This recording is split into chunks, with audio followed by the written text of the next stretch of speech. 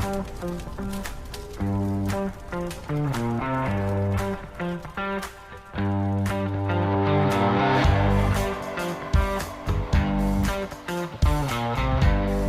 and welcome to Fire Headlines, where we discuss the hottest fire news to hit within the last 2 weeks.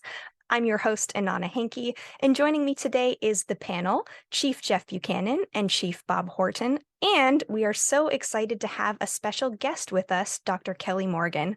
I'm excited to be here with you guys.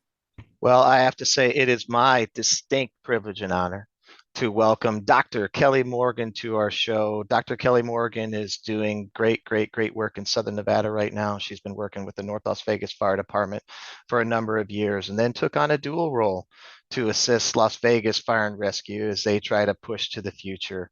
She's brought a whole heck of a lot of progressive thinking and just great imagination, and she really has a care for firefighters. So we're really interested to hear what her perspectives are as we talk through and chop some cool discussion up today. Thanks so much for having me. It fits in really nicely with our topics today, which all have to do with health, whether it's firefighter health or those that we are helping in our community. Our topic today is firefighter fitness, and the article we chose is Lacrosse Firefighters Improve Fitness with Sports Science Help from Mayo, a partnership between Mayo Clinic Health System and the La Crosse, Wisconsin Fire Department is yielding promising results for improving firefighter strength and stamina. The partnership involves the presence of an athletic trainer who takes measurements during a standard exercise routine, and with a little help from Fusionetics, a tech-enabled performance healthcare system, which creates a personalized workout and targets for each individual. They can then share these targets through an app. So, Bob, something I've heard fire service professionals joke about is that the only thing a firefighter hates more than the way things are doing things differently.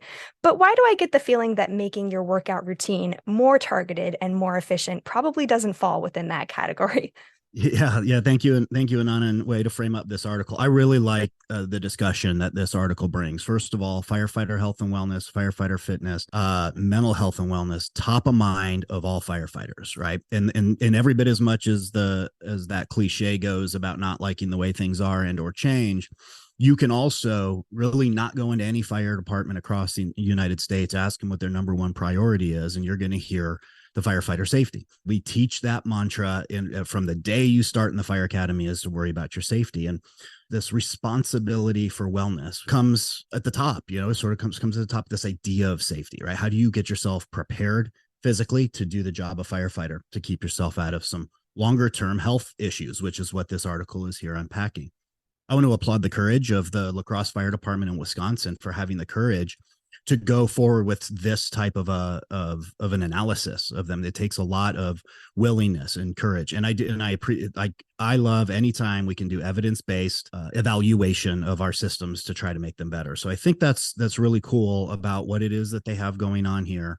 What I like, in particular is how they're trying to tailor an experience to the various employees. Everybody's bringing something different. And I'm really excited to have Dr. Morgan's perspective on this, because it just simply isn't about current lifestyle. There's going to be some genetics, that are going to weigh in on this. And I'm not going to pretend like I know all of the different medical components when we have an expert to do it.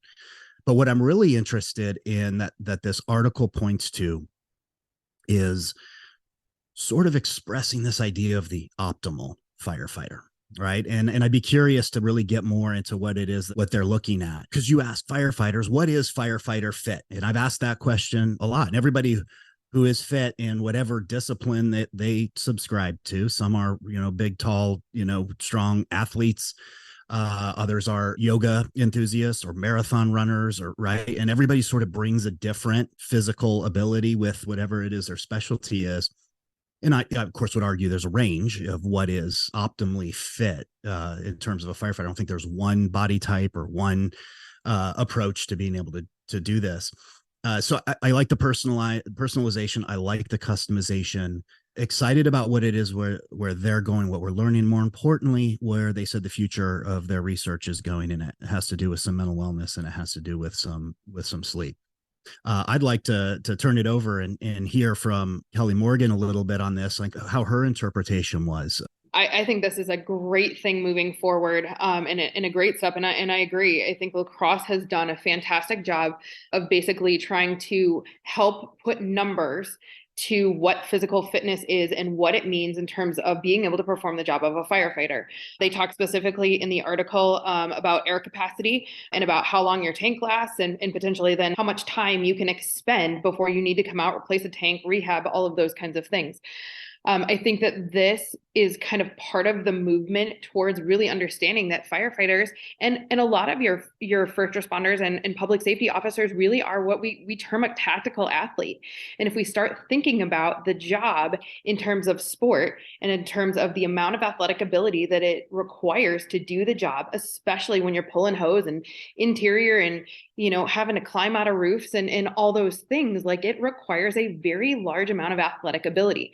And so if we can shift the mindset into thinking more like an athlete, we can figure out how to tailor our exercise prescription plans to fit the needs depending on the job that you're doing. So when you think about breaking down fitness, you think about different components of fitness. There's strength, there's flexibility, there's endurance, power. And you think about kind of those different things. And Bob, just like you said, everybody is going to have a different strength depending on their body type, depending on the kind of exercise they like to do. A lot of people who like to lift weights don't want to do cardio. And some of the guys who like to do upper body don't want to do lower body. We all know the types, right? And so I think really being able to start to use the scientific method to say, what are your strengths? What do we think an optimum level is for peak performance? And then how do we help you address your weaknesses so that you can best perform on the job? And I think that when you look at, major college athletes, professional athletes, everybody has a strength and conditioning coach. Everybody has very tailored exercise prescription plans to help meet the needs of whatever the sport is. And I think if we start looking at firefighting in the mindset of being a sport and our firefighters as athletes, we can figure out how to help them best succeed in the job and the requirements that there are. So I think that this is a great idea. I think using force plates and understanding that. I personally hate BMI because I think it's a really outdated thing. I think things like body composition are a much better measure. We all know the short fire plugs, who are short and stocky and have a lot of muscle mass, but we wouldn't consider them unfit. So I personally hate BMI, but I also understand that right now it's kind of the standard for everything that's been used, and it's lasted forever. I think that this is a really, really great first start. I think this also falls in line in one of the regulations where they're trying to set fitness standards. It's like 15. Yeah. It's 1582 NFPA. 82 maybe. Thank you. But I think that those are really great steps to try to set standards because the overall long-term health is really important. And if you start off with one fitness standard in the academy and it's not realistic for what's on the job, are we setting people up to fail when they get into the workforce? Or are our standards in the wrong place in the academy and we need to do a more gradual approach to find some happy middle ground where we keep people healthy, we minimize injuries, and then we take into consideration, what body types are, what your strengths are, what you're actually doing on the job, and then how do we work around injuries and help you with flexibility and mobility and things like that. And then as we get older, I think we all wake up at some point and are like, roll out of bed and you crack and you pop and, it takes a bit to get moving. And unfortunately, when you're on the job and on the clock, you don't have that time period to kind of wake your body up and say, hey, I need like 10 minutes to kind of caffeinate and get going. Like that's not really a thing. So I think the more that we can incorporate better, more structured physical activity, especially in the areas of movement science, in particular yoga, stretching, things that improve mobility going forward, lack of mobility and lack of flexibility is one of those biggest predisposers to injury. So I think this is a fantastic article. And the fact that they're planning on pulling in sleep habits, because we all know working 24s, 48s, flipping back and forth is horrendous for your cortisol levels. And that has been a major predisposing factor for heart disease and pretty much every bad disease known to mankind. So kudos to lacrosse for doing this. Going back a little bit, I'm curious just to hear a bit more about the difference for those who aren't as familiar with these concepts between body composition and BMI. Could you just touch on that briefly to explain, how from a health perspective, you're viewing the body differently with these two different ideologies? Absolutely. So BMI is kind of, I call it semi-junk term, but it's what we have that has to do with your height and your weight, and that is the only thing that matters. So you could be super tall, but have quite a bit of adipose tissue and still have what they would consider an appropriate BMI, or you could be short and very muscular with very low body fat percentage and be considered overweight or obese, even by BMI standards. But that was kind of the beginning measurement of how do we even quantify body composition, and that's where BMI came from. Most places nowadays are using several different types of body composition measurements. They used to use kind of the old-fashioned calipers where they pinch the fat and say, how good are we? That was always very evaluator dependent in terms of how experienced you were with the metric, how much water you'd had the day. Like it was a very variable measurement a lot of the times. We've gone much more now into biometrical impedance. They have things like in-body scans that are commonly used in gyms. They're very easy. You grab on and then it basically circulates like an electric current through, and that passes at different rates through different types of tissues. So that's how they do it for the most part. Gotcha. Inanna, could I bring in a different dimension here? I really want to get Dr. Morgan's take on a slightly different perspective here. One of the things that drew me in this article was air consumption, the SCBA and the performance of the firefighter interior and what that does to conditioning.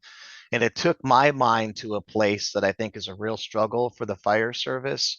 And we could go down the PPE route, which is so much more innovative, so much more technologically advanced, where you have the thermal protective performance being able to repel the radiant heat and the ability to off gas or off put some of that energy inside the ensemble.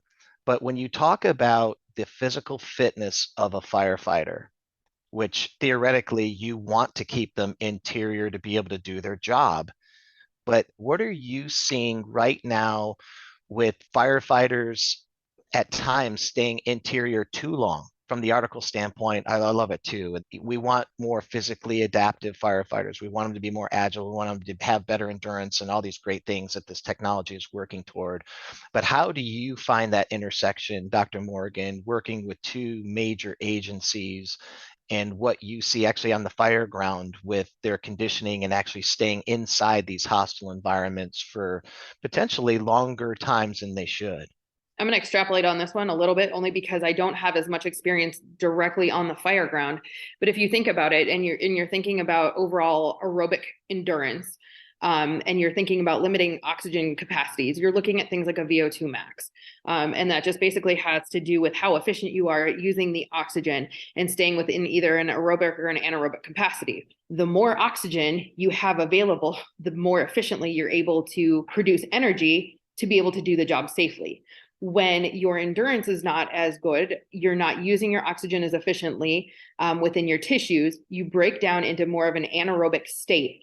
And in that anaerobic state, kind of like when you're running sprints and things like that, your body is more likely to produce lactic acid as one of the byproducts. There's more science to it, but that's kind of the dumbed down version, a little bit of it. For kind of the general purposes, you're producing more lactic acid. Anybody who knows about, sepsis, and you think about some of the other things, that lactic acid is due to poor perfusion. Okay. And so that's that breakdown product of anaerobic metabolism. Your body takes longer to clear that if you're building up more and more of that. So the more functional you are in that aerobic state and the better your endurance capacity, the less lactic acid you're producing, the shorter your recovery time. So when you're staying in probably longer than you should, your body is probably producing more lactic acid, and it's going to increase your recovery period that's warranted before you could go back in. Does that answer the question? Yeah, no, it answers it fantastically, and I think that those are interesting perspectives for our potential listeners that could be hearing what you're saying, to see what those impacts are inside those hostile environments and how important that intersection is between physical endurance and stamina and doing their job. Mm-hmm. I want to chat a little bit, because Dr. Morgan brought up some really important point about NFPA 1582 and some recent changes that have come out, where within the standard there's a recommendation of firefighters who may not perform to a certain threshold, and off the top of my head I think it's about 8 METs. If they can't produce 8 METs during an NFPA physical, I think you're right. that it is recommended they get removed from the starting lineup. Is to use the tactical athlete analogy, they come out of the starting lineup and they go into a rehabilitation type model. And it's controversial for obvious reasons. Nobody wants to be pointed out that they don't think they can do the job when yesterday they felt like they could. On the other hand, there's a responsibility of the fire chief to make sure that their folks are at a optimal level of health, especially when we know more about how these unhealthy characteristics are going to contribute to a higher likelihood of you having a work-related heart issue, going down on a heart attack, right? And we see a ton of NIOSH reports that are suggesting that very thing, that we're seeing folks having heart attacks on the line of duty who are outside what this threshold is. And it was sort of, the conversation isn't really to prosecute the level of aid or what it really ought to be. Jeff, should we be pulling people out of the lineup if they can't? That you've heard it as well as I have around the country. It's a controversial idea. Oh man, it is. Well, Bob, the simple answer is yes, but it's not easy. Super complex. We should be pulling people out of the lineup, but it's so. First of all, it's difficult to understand. I'll use myself as an example here. I avoided rehab like the plague. I didn't want to see a BP cuff on my right or left arm because I was worried it was going to display a number that would not put me back into the fire. If for the listeners who don't know, Jeff, rehab yes. is a assignment on the ground. Come out of the work, you go into sort of a rest recovery period, and you're provided an evaluation to establish whether you're physically ready to go back into the lineup. Thanks for that context, Bob. And the reality is, what they do is they take physical measurements on your heart rate, your temperature, and your blood pressure in order to decide if you're going in. And again, I avoided it, and I was able to sidestep those situations because I was worried about either just not even going back in the fire. But the reality is we should be doing a much better job of not letting people like myself dodge that bullet in order for whatever these bad reasons are. I wanted to just get back in the fire like all firefighters do. It's their safety. And the problem is, if they don't think about their health and safety, they go down in a fire, they could impede or put other people in danger trying to save them. So, and I think that we have to have a much more collaborative approach. This is 100% the intersection with the IAFF and the IAFC to put these accountability measures in, because they are for the safety and the health of the firefighters, not just the individual who's having the cardiac arrest or any other malady. It's for their teammates, the men and women that are going to go in there and help them. And then you could easily link it to the community. You got one firefighter down, you got two firefighters down. Well, then who's going to provide safety for the community, right? So it all hooks together. Yes, we need to be doing a much better job. Well, and I'd like to interject too. If you think about it in an athlete term, right? This is kind of like putting in a concussion protocol. This is kind of like somebody who, maybe is not making the best choices because their judgment is impeded. Maybe that's hypoxia, maybe that's fatigue, that's sleep deprivation, all things that we know affect decision-making capacity, and you've just expended yourself in a fire. And I get it. You don't want to let your team down, but if you can't perform at your optimal level, or you can't perform at a safe level, I think let's pull it back. Not even an optimal, a safe level. You put your teammates and your colleagues at risk. It's a very complex issue, but I think if you have the personnel available, then you need to use them. And we need to work on also removing stigma. And this kind of ties into some of the mental health stuff. You remove the stigma of saying, I need a break, like I need to rest, and I need to get myself back in the game safely so that I'm not putting you at risk. And we need to reward people who have the ability to self-reflect and who have the understanding and the judgment to say, I need to step back for a few and I need to let somebody else take it, even though I want to be in the game. It makes perfect sense. And all the more reason why this work that La Crosse is doing with the Mayo Clinic in trying to get as far upstream and preparing firefighters to not have to worry about that, right? Not to have to worry about coming out of the lineup for other reasons. Thank you so much, Dr. Morgan, for joining us and for sharing your expertise. If you want to ask any questions about our podcast, you can contact us at fireheadlines@wfca.com. If you have a question, if you have insights, we would love to hear from you. Bob, Jeff, it's always a pleasure. Thank you both so much, and thank you to our listeners, and we'll catch you all next week for more fire headlines.